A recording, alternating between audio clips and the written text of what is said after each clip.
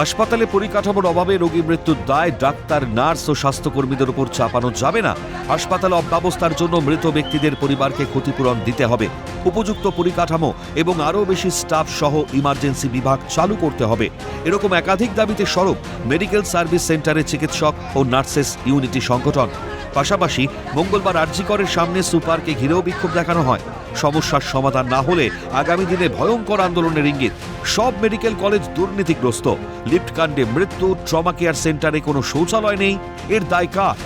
অব্যবস্থার কারণে রোগীর মৃত্যুর দায় প্রশাসনের, অভিযোগ চিকিৎসকের। বাচ্চা ছেলে সে রুগী, তার বাবা লিফটে পিষ্ট হয়ে মারা গেল, তার দায়টা কে নেবে? এই যে লিফট কাজ করছে না ট্রমা কেয়ারে, তার দায়টা লিফটম্যানের নাকি কলেজ কর্তৃপক্ষের? আজকে হার্ট ফেলিওর রুগী এই ট্রমা কেয়ার সেন্টারে এমার্জেন্সিতে চিকিৎসা হতে গিয়ে শ্বাসকষ্ট নিয়ে হেঁটে সে অন্য একটা বিল্ডিং এ এসে সে টয়লেটে যাচ্ছে। কেন একটা এমার্জেন্সি টয়লেটের ব্যবস্থা থাকবে না? সমস্ত মেডিকেল কলেজগুলোতে একই দুর্নীতি চলছে, অব্যবস্থা চলছে, পরিকাঠামোর একই অব্যবস্থা চলছে। আরজি কর নরকে পরিণত হয়েছে, মানুষ বিন্দুমাত্র পরিষেবা পায় না।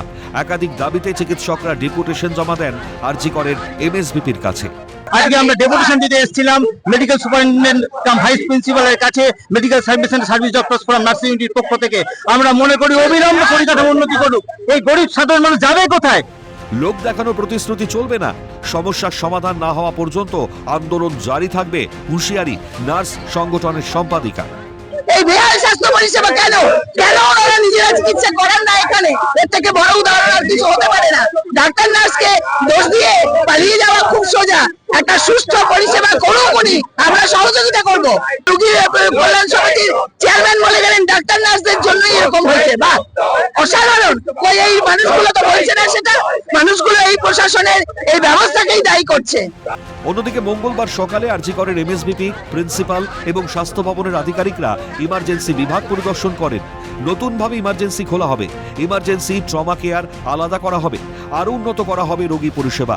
আশ্বাস এমএসবিপি সপ্তর্ষি চট্টোপাধ্যায়।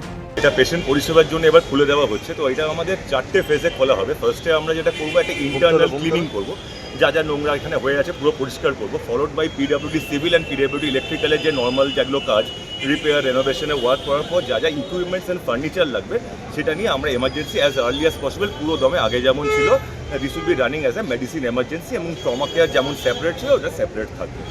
আরজিকর কাণ্ডের পর আশ্বাস মিলেছিল পরিকাঠামো উন্নত হবে। বছর ঘুরতেই ফের রোগী পরিষেবার কঙ্কালসার চেহারা বেরিয়ে পড়ল। সাধারণ মানুষের মৃত্যু না হলে কি নড়ানো যাবে না প্রশাসনের টনক?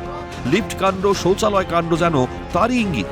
ক্যামেরায় অভিজিৎ প্রামাণিকের সঙ্গে সুব্রত বন্দ্যোপাধ্যায়ের রিপোর্ট, ক্যালকাটা নিউজ।